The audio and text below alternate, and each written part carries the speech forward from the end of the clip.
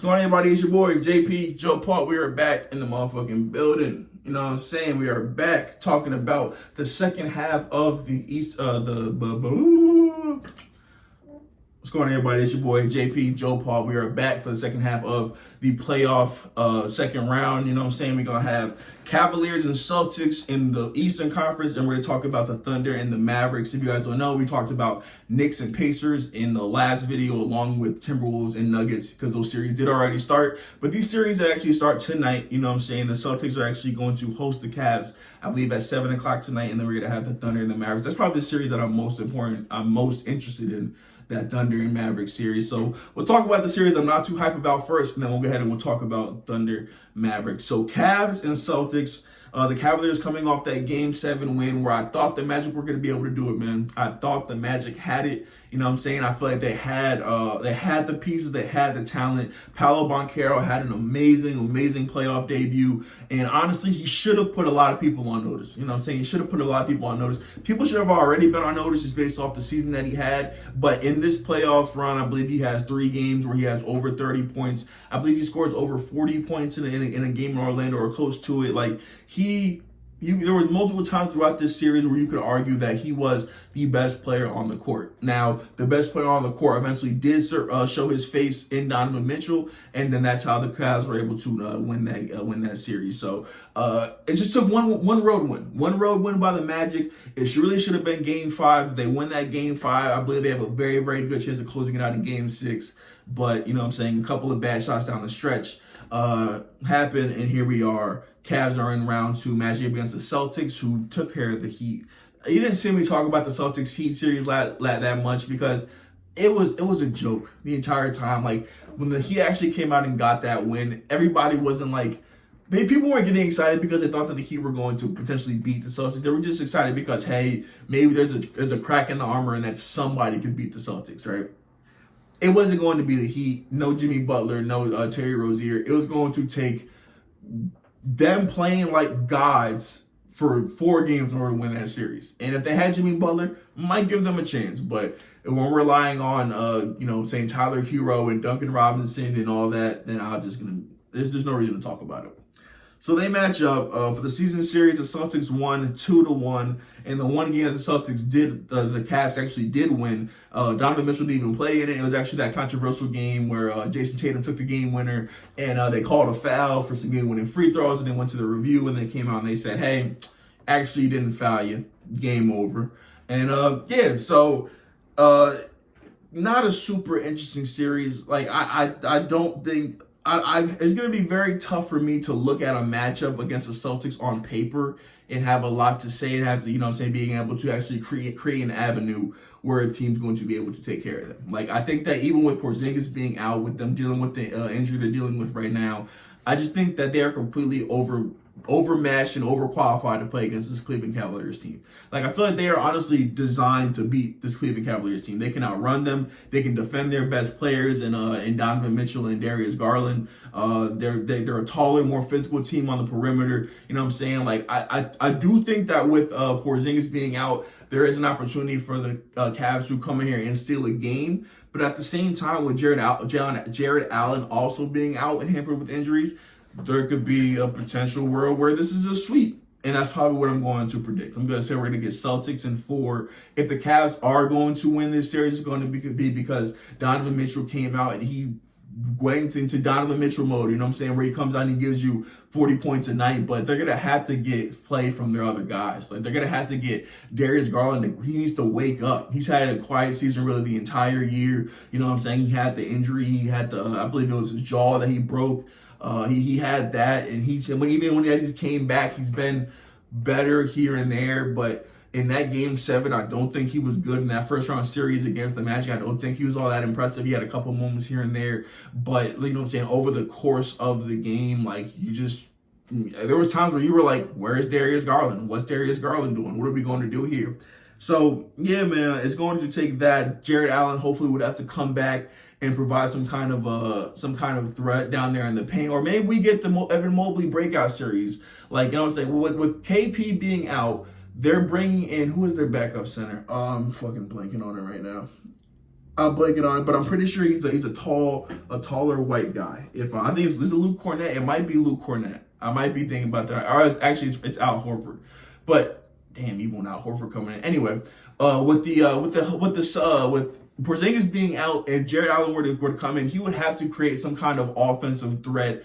And they'd have to honestly dominate the Celtics in the paint. You know what I'm saying? With the Celtics, them being this great shot blocking team, but when you take KP out there, that creates a lane where you're able to get to the rim, but you have to finish hard every single time. And I feel like with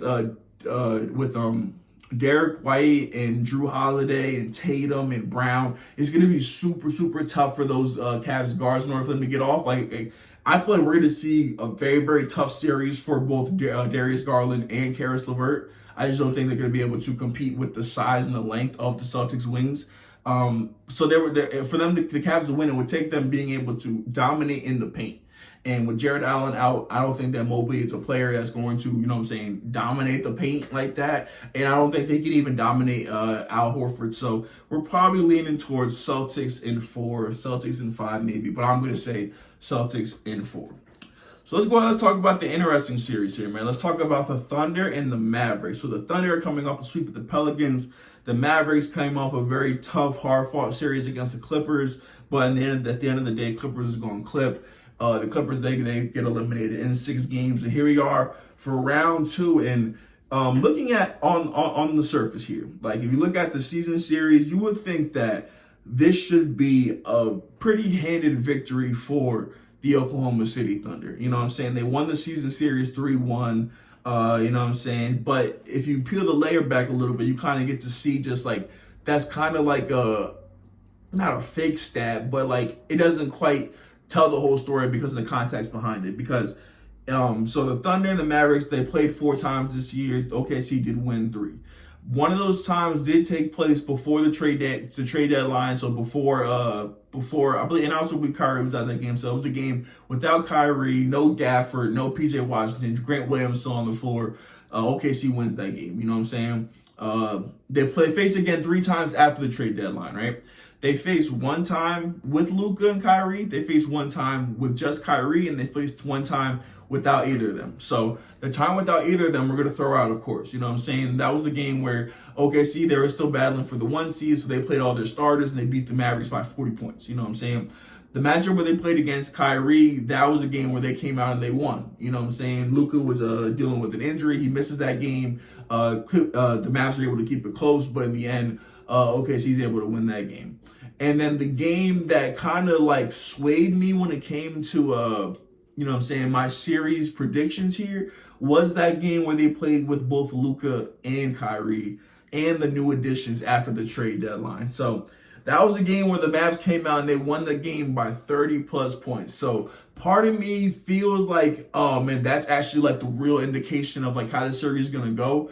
And another part of me is like, that is just how it is because the Mavericks were coming off of making these moves. They made all these brand new trades. They were essentially a brand new team. And you know that when you get that brand new team or you get a brand new coach, you guys go through a couple of games there where you guys are unstoppable. I believe that game could have taken place during the Mavericks winning streak they had coming off of the All-Star break. And so it could have just been that, you know what I'm saying, OKC was going through a lull. They had gone through a tough stretch leading up to that game. And so it could have just been that OKC was running cold and Dallas was running hot, and that could be why that game turned out that way. But if you look at the stats here, so SGA against the Mavericks, he's averaging 22 points per game, 6 assists, 5 rebounds on 51% from the floor. And then if you look at the Luka and Kyrie, so granted it's going to be 2 games played for both of them. In 2 games against the Thunder, Luka's putting up 34, 14, and 12 on 55% from the field. And Kyrie's putting up 30.5, 10, and 5 in the 2 matchups that he's played against them. So the best players for the Mavericks are able to get off and do what they do against this Oklahoma City team. And that really is going to be potentially the killer for OKC. You know what I'm saying? I think that this OKC team, they have what it takes for sure on paper and in terms of talent to beat any team that's remaining in this playoff in the playoffs. But I think that when it comes, this is actually what I feared of when it came to matching up with a matchup for OKC. matching OKC potentially running up into a team where they're not the most talented. You know what I'm saying? A team where they don't have, you know what I'm saying, the top a top 3 or 4, or let me not say that. They don't have more good players in the top 5 or 6 players of the entire series. You know what I'm saying? Like, I think that they all have the potential to. Like, I definitely feel like the possibility where Chet is a top 5 player in the series. Even potentially Lou Dort can be a top 5 player in the series. J-Dub for sure. But looking at the numbers coming into the series, I don't know, man. I don't know. You're looking at a Dallas team that has veterans, that has playoff guys. They have a young playoff legend in Luka Doncic. They have an older person in the playoffs that can honestly give you the business, who can honestly shift an entire playoff series. Like, the reason why I think the Mavericks were able to overcome the Clippers last round is because while Luka wasn't playing his best series, Kyrie Irving had a couple of games, especially down the stretch of the series, where he was the best player on the floor. You know what I'm saying? A couple of second halves where if he doesn't do what he does, then the Mavericks probably lose a game or two. Like that game, or they did lose that game. But I was going to say the game when the Mavericks actually came back from down 30, they don't make that comeback if Kyrie doesn't go bonkers in the third quarter. In game 6, and I'm saying they actually had game 6 pretty handily the entire time. But what really took the Clippers' heart down the stretch was Kyrie Irving just hitting some crazy dagger shots, you know what I'm saying, over the best players for the Clippers.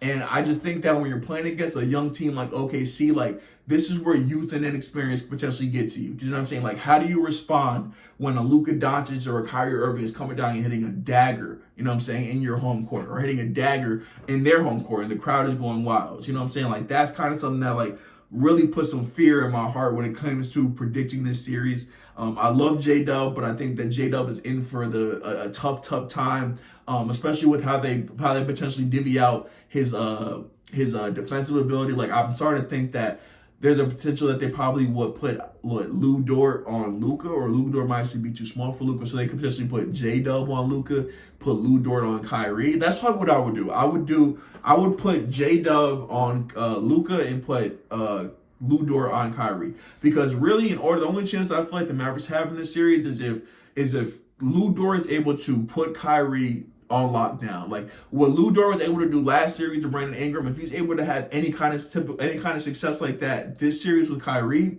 that will drastically open up the ability for the Thunder to win this series.